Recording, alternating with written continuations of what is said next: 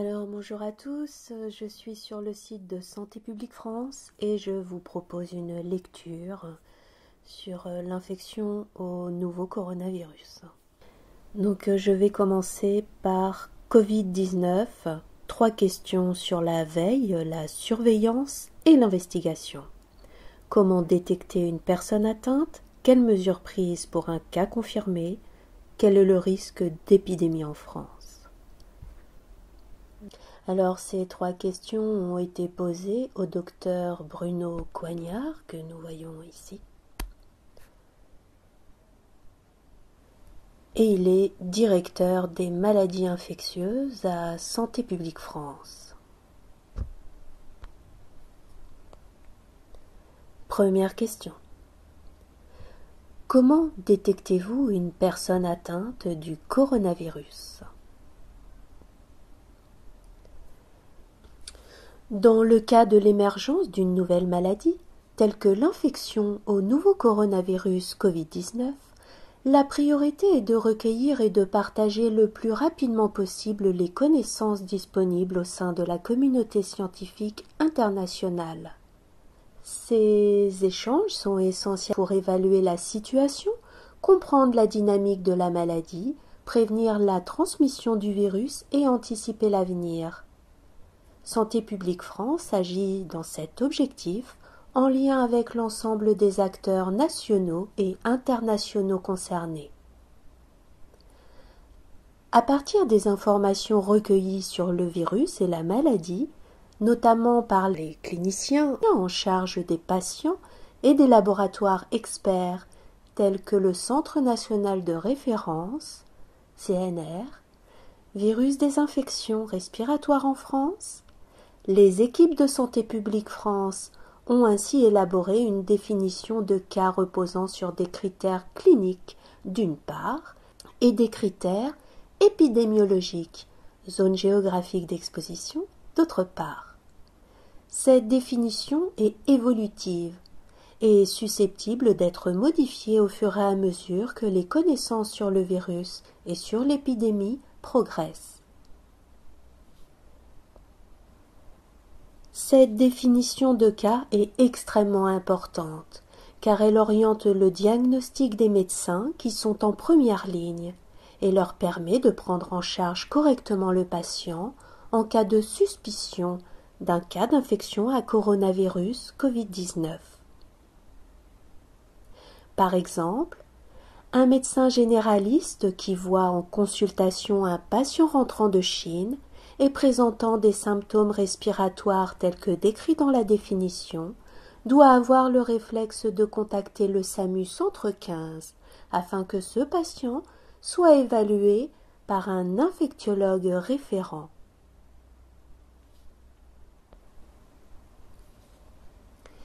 Si le patient répond aux critères cliniques et épidémiologiques de notre définition, il est alors qualifié de cas possible. Le patient sera alors pris en charge par un établissement de santé habilité et un prélèvement sera réalisé pour qu'un laboratoire tel que le CNR recherche la présence du Covid-19. Un résultat de test positif permettra alors de classer ce patient en cas confirmé.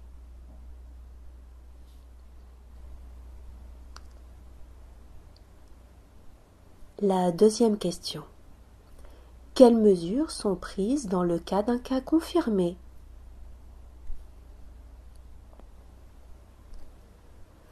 Lorsqu'un cas est confirmé, plusieurs actions sont alors initiées.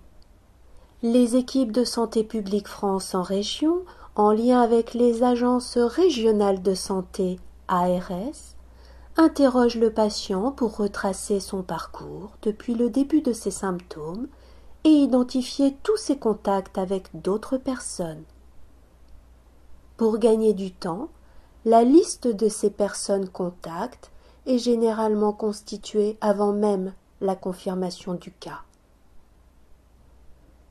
Ces mêmes équipes évaluent ensuite minutieusement le niveau d'exposition des personnes contacts afin de donner des recommandations adaptées à chacune d'entre elles. Il existe 3 niveaux d'exposition.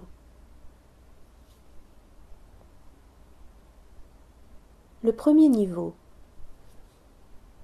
Le niveau d'exposition est qualifié de négligeable. Il peut s'agir, par exemple, d'un contact très ponctuel. Par exemple, si la personne a croisé le cas confirmé dans la rue. Il n'y a alors rien à faire, car le risque d'avoir une transmission du virus dans ces circonstances est très faible. Deuxième niveau. Le niveau d'exposition est qualifié de modéré à élevé. Il s'agit ici, par exemple, d'un contact étroit, à moins d'1 mètre, et suffisamment prolongé, plus de 15 minutes, et la transmission du virus est possible. Un suivi actif est alors mis en place pendant 14 jours. Il est demandé à la personne contact de prendre sa température 2 fois par jour, matin et soir, et de rester à domicile. En cas d'apparition de fièvre ou de symptômes, la personne doit se protéger, port d'un masque, et se signaler au SAMU Centre 15.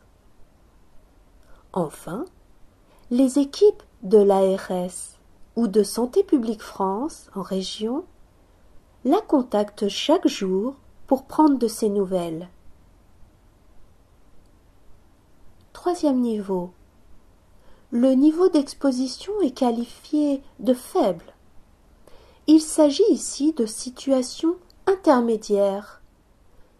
Contact à moins d'1 mètre, mais pendant moins de 15 minutes, ou contact de durée prolongée, mais à une distance supérieure, qui sont souvent évalués au cas par cas. Il peut y avoir une possibilité de transmission, mais plus faible que dans le cas précédent. Un suivi plus simple est alors mis en place pendant 14 jours. Il est demandé à la personne contact de prendre sa température 2 fois par jour, matin et soir. Mais elle peut continuer ses activités habituelles. En cas d'apparition de fièvre ou de symptômes, la personne doit là aussi se protéger, port d'un masque et se signaler au SAMU Centre 15. Troisième et dernière question.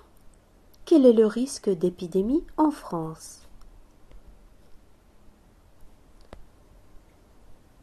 Santé publique France, en lien avec le CDC, Centre européen de prévention et de contrôle des maladies, et l'OMS, Organisation mondiale de la santé, surveille de très près l'évolution de la situation internationale et conduit à intervalles réguliers des analyses des risques. Dans les pays disposant des capacités à mettre en œuvre les mesures décrites précédemment, le risque de propagation du virus dans la population est actuellement considéré comme faible, même si le risque d'importation de nouveaux cas est considéré comme modéré à élevé. Toutes les mesures déployées actuellement en France ont pour objectif de casser les chaînes de transmission autour de ces cas importés, en les détectant les plus précocement possible, et donc de contenir l'épidémie.